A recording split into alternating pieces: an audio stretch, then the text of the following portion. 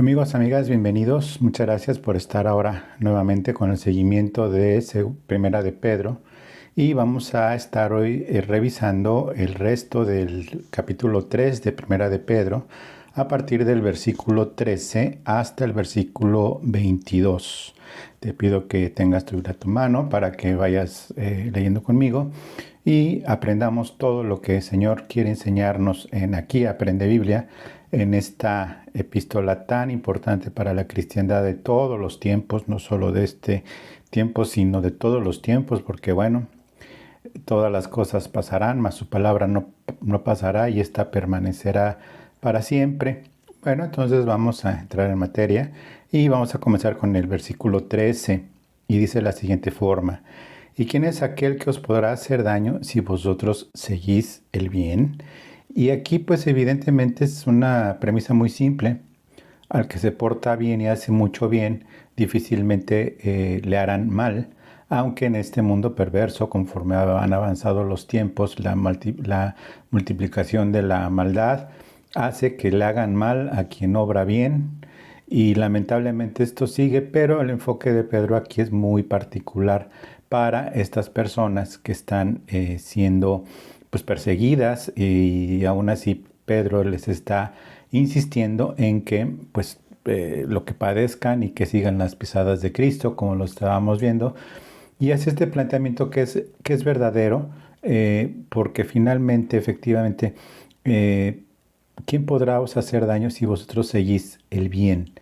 Porque lo que se siembra se cosecha, y es un principio también universal de la palabra de Dios. Ellos están conscientes por la enseñanza de Pedro de que hay que seguir obrando bien y que cosecharán bien de acuerdo con la misericordia y gracia de Dios, pero si están padeciendo cosas injustamente, si están cosechando sufrimiento, pues que busquen al Señor, que finalmente es el que lo está permitiendo, y que sigan haciendo el bien para ser santificados, porque dice precisamente en el versículo 14: mas también si alguna cosa padecéis por causa de la justicia, bienaventurados sois. Por tanto, no os amedrentéis por temor de ellos, ni os conturbéis, no tengan temor, son bienaventurados. Y aquí la idea es de privilegiados o premiados. Finalmente, en Mateo 5:10, el Señor mismo está diciendo, o dejó escrito claramente, y Pedro lo escuchó y estaba ahí a los pies de Jesús cuando lo dijo en Mateo 5:10: bienaventurados los que padecen persecución por causa de la justicia, porque de ellos es el reino de los cielos. Y a eso se debe la bienaventuranza, no al sufrimiento, sino a la pertenencia del reino, a la pertenencia de lo que el Señor vino a anunciar, que es precisamente el reino de los cielos. Dice, no tengan miedo, no os conturbéis. Esta palabra conturbéis es no se alteren, no salgan de sus casillas, no tengan miedo. Dice por temor de ellos. Es decir, finalmente el consuelo no es valentía. Y lo que Pedro está diciendo aquí, que no es que sean valientes, ni que se esfuercen, ni que sean valientes. Está diciendo exactamente, simplemente no tengan miedo, porque usted es el reino de los cielos, y pues el Señor va a obrar de una u otra forma. El Señor va a obrar y va a hacer esta bendición para ellos, que el Señor precisamente está haciendo por ellos. No se amedrenten ni tengan miedo, porque finalmente son bienaventurados. El versículo 15 es un versículo que a mí en lo particular me enseñó mucho sobre el corazón del cristiano cuando está siendo regenerado. Yo tenía muchas dudas al principio y a lo largo. ¿Cómo se santifica a Dios? Dice, cuando oren, dice Jesús, Padre nuestro que estás en el cielo, santificado sea tu nombre. Y una de las cosas que me llamó mucho la atención cuando, bueno, lo que se conoce como el Padre Nuestro, pues yo alguna vez lo había oído desde antes de ser cristiano, desde niño, aunque pues nunca fue de mi interés en realidad hasta que el Señor me llamó. Y santificado sea tu nombre. Y yo decía, bueno, pues, o sea, ¿yo cómo puedo santificar a Dios? Si pecador, salvado, ahora justo por la sangre de Cristo, en proceso de santificación por el Espíritu Santo, porque yo por mí mismo no puedo hacer absolutamente nada como para dármelas de santo, ni mucho menos. Entonces una de las dudas siempre fue precisamente esa. ¿Yo cómo puedo santificar a Dios en mi corazón? ¿Cómo puedo yo pues hacer esto, poder realmente disfrutar de enseñar a otros a santificar a Dios? Y bueno, pues es precisamente lo que viene aquí. Dice, sino santificad a Dios el Señor en vuestros corazones. Santificar a Dios, el Señor en vuestros corazones. Bueno, entonces se santifica a Dios en nuestro corazón. Y aquí se refiere a que es a Cristo y la idea de esta frase es aparten a Cristo como Señor en sus corazones. Aparten a Cristo, es decir, santificar a Dios es como te recordarás que la palabra santo significa apartado. Entonces aquí es el mismo sentido. Santificar a Dios en vuestros corazones es aparten, ¿sí? Reserven, contengan, mantengan al Señor, a Cristo en vuestros corazones. Es decir, aparten a Cristo en sus corazones dándole lugar de Señor. ¿Sí? Esa sería una traducción más, más literal, pero finalmente es santificar a Dios. Entonces, ¿cómo santificas a Dios en tu corazón? Apartándolo a Cristo y poniéndolo como Señor siempre por encima de todas las cosas. De todas las cosas, en todos los tiempos, sobre todo en los de aflicción. ¿Quieres en realidad bendecir al Señor con todo tu corazón, con toda tu alma, con toda tu mente, con todas tus fuerzas? Es en el momento de la aflicción, cuando se santifica al Señor. Cuando el Señor es santificado en tu corazón, entonces está cumpliéndose esta bendición tan grande y tan maravillosa. Y estad siempre preparados para presentar defensa con mansedumbre y reverencia ante todo aquel que os demanda la razón de la esperanza que hay en vosotros. Y la esperanza que hay en vosotros, pues obviamente es la salvación con su anticipación de esta gloria eterna que nos está dando. Aquí es donde aparece la famosa palabra apologética, que viene de esta palabra en griego, que significa defensa. La emplea en un sentido informal, en realidad no está diciendo que se preparen y hagan un canal de YouTube para hacerle frente a todas las cosas y demás, porque pues finalmente aquí es bien claro, el Señor no necesita a quien lo defienda, el Señor no necesita voceros, el Señor no necesita a quien defienda sus derechos como Dios en esta tierra. Y lo que está diciendo es a quien demande razón de la esperanza que hay en ellos. Y aquí esta palabra apologética es de presentar esta defensa estando preparados. La apologética como tal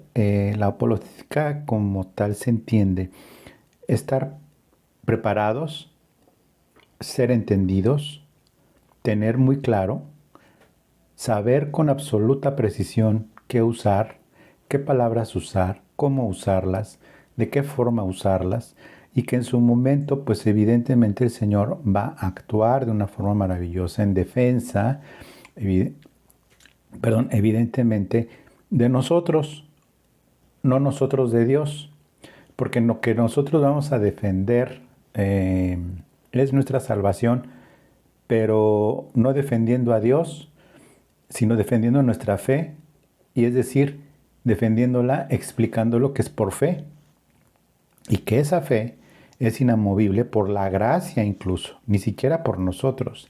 Es inamovible por la gracia del Señor en nosotros. Entonces, ¿cómo defenderlo? Ya dijo claramente, con mansedumbre, presentar defensa con mansedumbre y reverencia ante lo que está pidiendo. Es decir, no a gritos ni, no sé, cosas muy feas que ahora se ven. Fulano le contesta a Mengano y Mengano le contesta de revire. Y ayer estaba leyendo algo que de verdad, pues ya después me dio pena ajena porque conocía a la persona que lo escribió. Cuando vi el nombre al final dije, defendiendo supuestamente una postura doctrinal, que ahorita vamos a ver, y que, pues sí, defendiendo una postura doctrinal, pero más bien exhibiendo la supuesta ignorancia del otro. Y bueno, no importa quién tenga razón o no, el asunto era la forma, porque sí hay que hacerlo con reverencia, y no entre hermanos, porque aquí se está refiriendo a los incrédulos. Si un hermano te pide explicaciones de tu salvación, pues no es hermano porque no ha entendido la salvación. Es a los incrédulos. Entonces la apologética es precisamente esta defensa para los no creyentes. Pero los no creyentes que están pidiendo explicación de tu esperanza, no de los de los incrédulos, no de los incrédulos, es de los incrédulos que están pidiendo explicación de tu esperanza, no de los incrédulos que están atacando a Dios, o de los incrédulos que están atacando la Biblia. Es de los incrédulos que están pidiendo por iniciativa propia, ¿por qué andas tan contentito? ¿Por qué tienes esperanza en el futuro? ¿Por qué crees que no vas a pasar por lo que ha de venir por el mundo? Porque tienes una esperanza absurda de algo absurdo que dices que va a pasar, que es algo que le dicen el arrebatamiento y cosas por el estilo. Bueno, pues ahí está. Esa es la razón. Versículo 16, teniendo buena conciencia. Teniendo una buena conciencia, es decir, es muy difícil santificar a Dios en tu corazón y dar explicación de tu esperanza si en tu conciencia hay dudas acerca de esta esperanza. Aquí cuando dice teniendo buena conciencia, no está hablando buena conciencia de no tener pecado, sino una buena conciencia, es decir, tener consciente el tamaño de nuestra salvación, ¿sí? Tener una buena conciencia de todo lo que implica la cruz de Cristo, la sangre de Cristo, la resurrección de Cristo, el ministerio de Cristo, el nacimiento virginal de Cristo, la posición de Cristo como Señor, la posición de Cristo como Rey sobre toda la tierra en un milenio, el saber que el Señor va a regresar, la conciencia de que Cristo va a regresar por segunda vez, pero va a regresar ahora a el día del Señor, el día de la venganza del Señor. Eso se refiere a una buena conciencia, para que los que murmuran de vosotros de malhechores, es decir, de andar incendiando Roma, ¿verdad?, sean avergonzados los que calumnian vuestra buena conducta en Cristo. ¿Cómo calumnian la buena conducta en Cristo? Bueno, el haciendo cosas buenas les llamen otros que están haciendo cosas malas o que son cosas buenas pero las están haciendo por malos. Es a lo que se refiere a los que calumnian de vuestra buena conducta en Cristo Jesús, y también buena conciencia se refiere a una buena conducta. Una buena conducta para los externos, una buena conducta que se muestre para los demás. En la iglesia, pues tener una buena conducta pues es muy fácil, porque pues finalmente nos veremos en las reuniones presenciales 3, 4 horas, algunas congregaciones 5, otras congregaciones 2 horas según. Los domingos, si se hay reunión entre semana, pues también otras 2 horas. Estamos hablando de muchas horas a la semana, y tener una buena conducta ahí, pues sí. Pero ya afuera de la iglesia, este ya es otro asunto, y se refiere acá a los que te conocen fuera de la iglesia. El asunto no es los que te conocen en la iglesia. Aquí el asunto es a los que te conocen fuera de la iglesia y que saben que vas a la iglesia. Entonces, manteniendo buena conducta en Cristo. Versículo 17 es algo que nuevamente nos plantea mansedumbre en la injusticia, pero ¿cómo por qué? Ya explicamos por qué. Porque es mejor que padezcáis haciendo el bien, si la voluntad así lo quiere, que haciendo el mal. Y este versículo nuevamente no es de los populares en lo que se refiere a la prosperidad, a todo lo que ya no voy a repasar, y demás, porque dice, si haciendo el bien, que padezcan haciendo el bien, si la voluntad de Dios sí lo quiere. O sea, ¿cómo que Dios va a querer que aparte que estamos haciendo el bien, padezcamos mal? Bueno, de acuerdo con lo que está diciendo Pedro, sí, sí, mi amado, sí, mi amada, así está la cosa en este mundo, porque nosotros seguimos las pisadas de Cristo. Ya vimos siendo esposo, esposa, siendo empleado o empleada, siendo simple ciudadano, ciudadana, viviendo injusticias, viviendo en un mundo hostil, ya no hostil con los cristianos, sino hostil con todos contra todos. Como que si Dios quiere, sí, si Dios quiere, sí. ¿Por qué? Porque quiere que pisemos las mismas pisadas de nuestro Señor Jesucristo, que fue obediente y manso. Aprendan de mí que soy manso y humilde de corazón, y yo los haré descansar hasta en medio de la más injusta tribulación. Y te lo aclaro y te lo confirmo nuevamente. No hay ninguna tribulación justa salvo el que hace el mal, ¿no? Ahí ya no es tribulación, hay retribución por hacer el mal. Si alguien robó, si un cristiano robó y lo meten en la cárcel, pues no está pasando por ninguna tribulación. Simplemente está cosechando lo que sembró. Pero si haciendo el bien se padece, pues bueno, dice el Señor que somos bienaventurados. Y sí, dice, si así Dios lo quiere, que bueno, que estar haciendo el mal. Versículo 18, porque Cristo también padeció una sola vez por los pecados, el justo por los injustos, para llevarnos a Dios, siendo a la verdad muerto en la carne, pero vivificado en el Espíritu, pero vivificado en el Espíritu. ¿Qué cosa? Nuevamente nos pone el Señor por delante el ejemplo de nuestro amado Jesucristo, sufriendo el justo por los injustos, para llevarnos a Dios. Entonces nuestro sufrimiento tiene un sentido. Nuestro sufrimiento tiene sentido. Y el sentido de nuestro sufrimiento tiene el sentido de llevar a otros a Dios. ¿Cómo? No lo sé, pero es lo que al seguir las pisadas de Cristo pasa. Nuestro sufrimiento tiene un doble sentido. El hacernos a la imagen de Cristo y llevar a otros a Dios. Por eso permite el martirio de Esteban para llevar a Cristo a Pablo, que estaba viendo cómo lo apedreaban ante Saulo. El justo por los injustos. El justo Esteban, justificado por la sangre de Cristo, es apedreado y eso lleva a los pies de Cristo, de alguna forma u otra, a Pablo. Cuando se le aparece y dice que quiere, Señor, yo soy Jesús, a quien tú persigues, es decir, a la iglesia, a su prometida, porque el que se mete con la iglesia se mete con Cristo, y el que quiera destruir la iglesia será destruido por Cristo, lo dice en 1 Corintios. Entonces, nuestro sufrimiento tiene doble sentido. 1, hacernos a la imagen de Cristo, y 2, llevar a otros a Dios.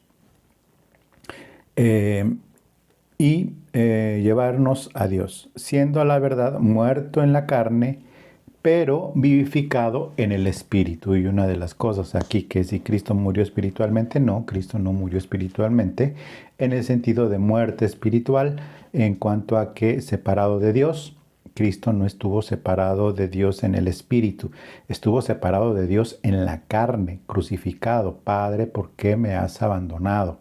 Y sí, Cristo estuvo separado de Dios, padeciendo la separación de Dios, de su Padre, estando en la cruz, cuando el Padre volteó su rostro y abandonó ese cuerpo crucificado, porque era el pago de pecados de toda la humanidad, y ahí fue abandonado por Dios, por su Padre.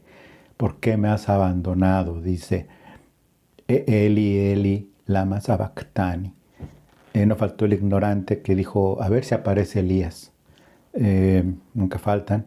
Entonces, ahí vemos que el Señor fue muerto en la carne, separado de Dios. Pero cuando muere Cristo, su espíritu es vivificado. Y como su espíritu fue vivificado porque no se encontró en él cosa injusta, y Dios no iba a permitir que su carne viera corrupción, al tercer día resucitó. En ese lapso de tiempo, dice el versículo 19, el cual también fue y predicó a los espíritus encarcelados, los que en otro tiempo desobedecieron, cuando una vez esperaba la paciencia de Dios en los días de Noé, mientras se preparaba el arca, el cual pocas personas, es decir, 8, fueron salvadas por agua.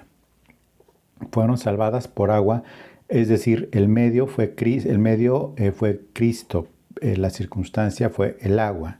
El arca, pues, y todo lo que significa el arca. Bueno, esto es algo que tiene 4 interpretaciones, de las que te decía hace unos momentos, de que leí algo que le tiraba durísimo a otro, y cuando lo leí, oh Dios mío, lo conocía. Bueno, aquí el asunto es que hay 4, pues vamos a llamarle teorías o interpretaciones, que en realidad pues son cosas pues bastante pues, raras, algunas. La primera es que Cristo fue y le predicó a los espíritus encarcelados. Se refiere a todos los muertos de Noé para atrás, a decirles, ya ven, yo soy el Salvador, y los dejó encarcelados, espíritus de los hombres, porque dice a los espíritus encarcelados. Entonces, los espíritus encarcelados se asume que eran los espíritus muertos. Y dices, como son espíritus, por ejemplo, la palabra espíritu, los hebreos usaban la muerte como que se separó el espíritu. De hecho, tú te acuerdas de la niña muerta de 12 años que le dice Talita Kumi, que significa niña levántate. Dice, y su espíritu regresó a ella. Es decir, es muy de hebreos hablar del espíritu que se separa del cuerpo, y esa es la muerte. Entonces, como dice espíritus y no dice demonios, pues son los espíritus que habían muerto antes, hasta Noé, y porque menciona a Noé. A los demás no, nada más a los que estaban muertos hasta Noé. Otros dicen que no, que fue a los espíritus de los hombres muertos hasta ese momento, y les predicó y les dio una segunda oportunidad para salvación, y que Jesús vació el infierno. Eso no lo dice la Biblia. No hay forma de sostenerlo.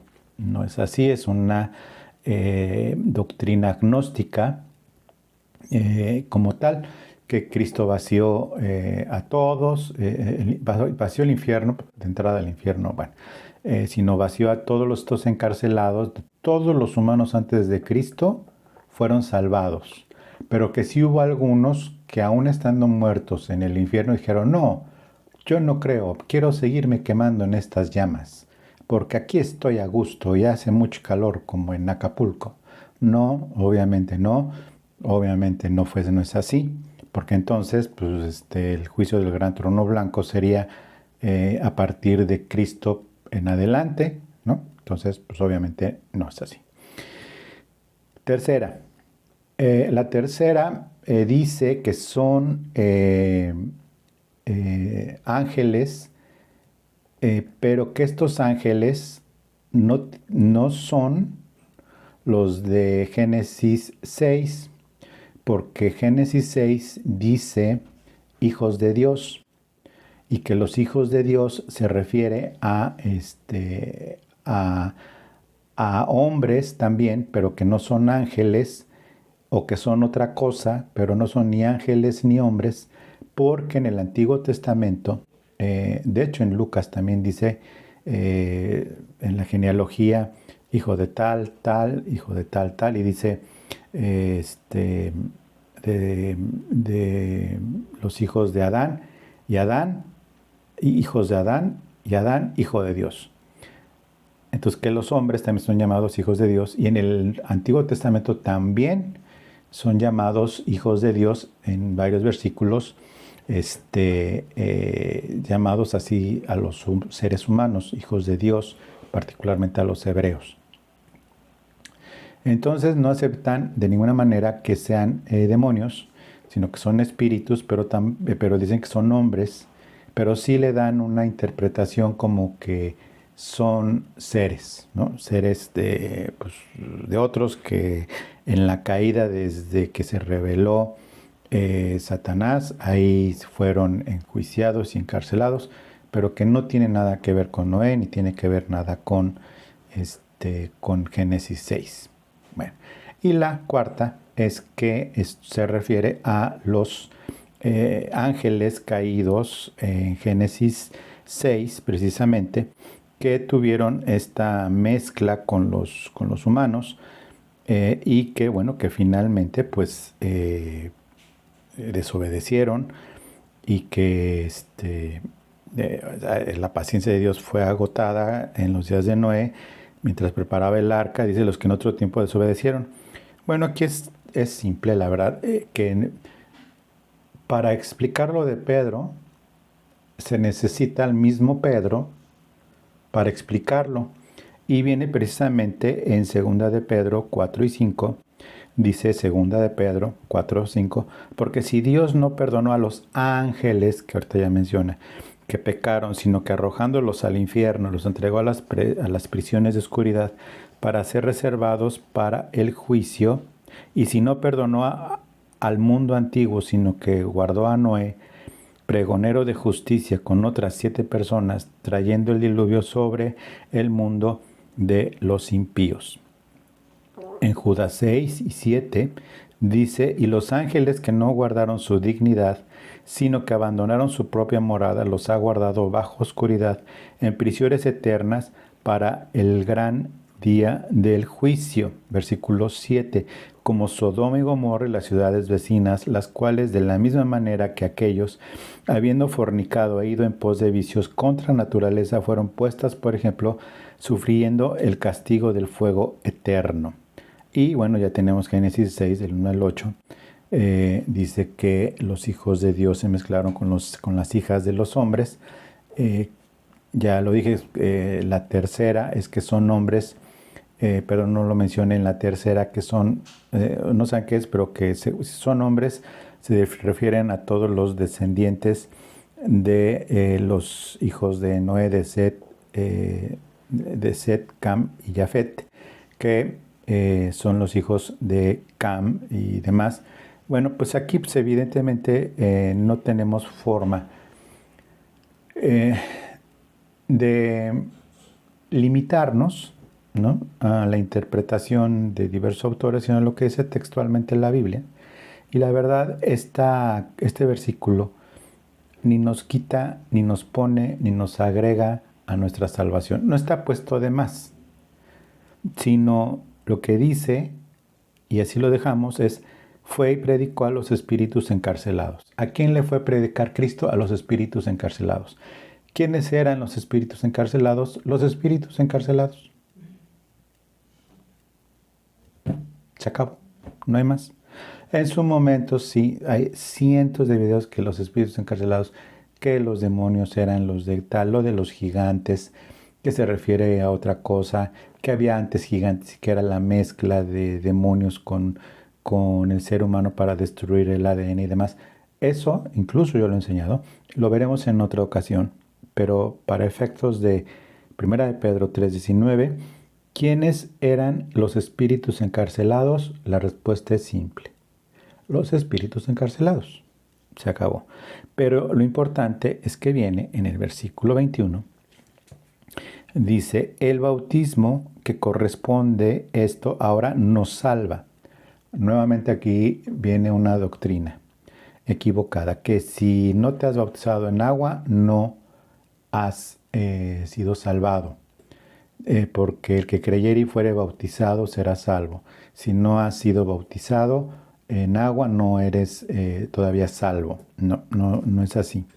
Lo que está diciendo aquí, ¿por qué no dice eso la Biblia?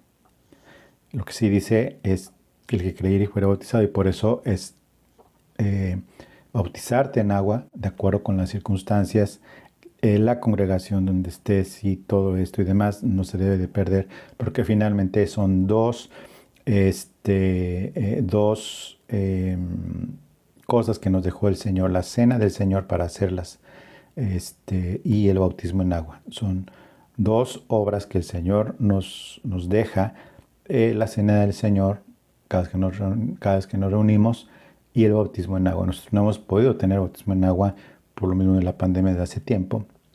Si Dios nos permite, lo tendremos para los que no se hayan bautizado en agua. Y dice que el bautismo que corresponde a esto, el bautismo que corresponde a esto, ¿a qué se refiere? A que Noé fue guardado y vino un diluvio, y aquí nosotros, lo que nos enseñó el Señor es que al bautizarnos en agua, dice que es parte del proceso de esta salvación. ¿Por qué? Porque damos testimonio de nuestra salvación, pero lo importante aquí es el paréntesis que viene a continuación.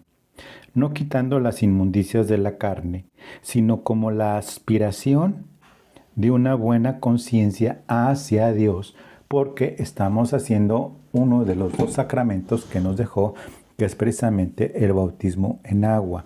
Es decir, la realidad, hay quienes se bautizan en agua y nunca más los vuelves a ver en la congregación y nunca fueron cristianos, porque pensaron que bautizándose, que haciendo una confesión, sí, yo creo en Jesucristo como mi Señor y Salvador, y se bautizan en agua y dicen, ya cumplí, ya me voy. Y se regresan al mundo a pecar. Bueno, ¿por qué? Porque esta enseñanza dice que si crees en el Señor Jesucristo y te bautizas en agua, serás salvo. Es verdad, pero no dice que ya después te puedes regresar al mundo, porque eso no es así, porque el que naciere de nuevo tiene obras de nacido de nuevo, ¿ok?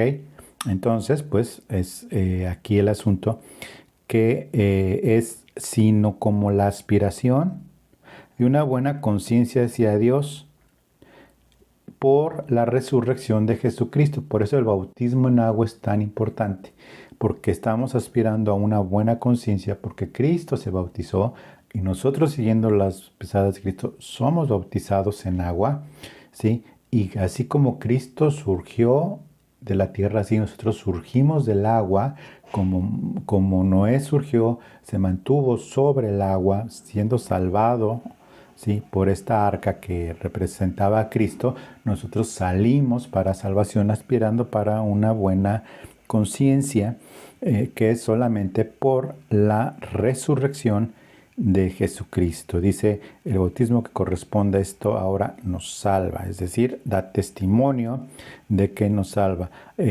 Habían estos sido rescatados a pesar del agua y no en sí mismos debido al agua, pues el agua fue el agente del juicio de Dios y no como medio de salvación. Y cuando nosotros nos bautizamos en agua, en la cena del Señor anunciamos la muerte del Señor. Pero al bautizarnos en agua, también estamos haciendo juicio al mundo. ¿Por qué? Porque el agua fue para juicio. Y cuando nosotros nos bautizamos en agua y salimos del agua, cuando somos sumergidos en el bautismo en agua y salimos del agua, estamos haciendo también un anuncio de juicio, como el Señor, aunque hace el pacto de no volver a destruir al mundo por agua, sí del juicio a este mundo como tal. Y tenemos el versículo 22. Quien habiendo subido al cielo está a la diestra de Dios y al que están sujetos ángeles, autoridades y potestades. Y a él están sujetos ángeles, autoridades y potestades. Es muy importante, querida hermano, hermana, que nosotros tengamos esta plena conciencia sobre nuestro sufrimiento, sobre el pasar por este mundo, sobre nuestro testimonio, sobre el entendimiento del alcance de Cristo y de nuestra salvación tan grande. Nosotros tenemos un Dios más grande que cualquier sufrimiento. Y eso puede sonar como consolación al momento de lo que viene siendo alguna aflicción en nuestra carne. Pero la verdad es que va mucho, mucho, mucho más allá de todo esto. Nosotros tenemos a un Dios tan grande que aún en medio de la tribulación que nos permite pasar es para estas dos razones. La primera, seguir las pisadas de Cristo, y segundo, llevar a otros a Dios. ¿Cómo? No lo sabemos, pero el Dios, nuestro santo Dios, nuestro magnífico Dios, nuestro todopoderoso Dios, sabe todas las cosas y por eso permite todas estas cosas. Con esto terminamos entonces. Te pido que te suscribas al canal de Aprende Biblia también, o al de Renuevo de Amistad, para que puedas recibir estas clases de Aprendiendo Biblia y que también le des un like a este video, dado que es importante para su distribución en YouTube y que lo compartas con otros. Que Dios te bendiga y estamos ya listos para la siguiente clase. Que Dios te bendiga y te mando un abrazo y acuérdate que lo más importante de esto es Aprende Biblia. Muchas gracias y que Dios te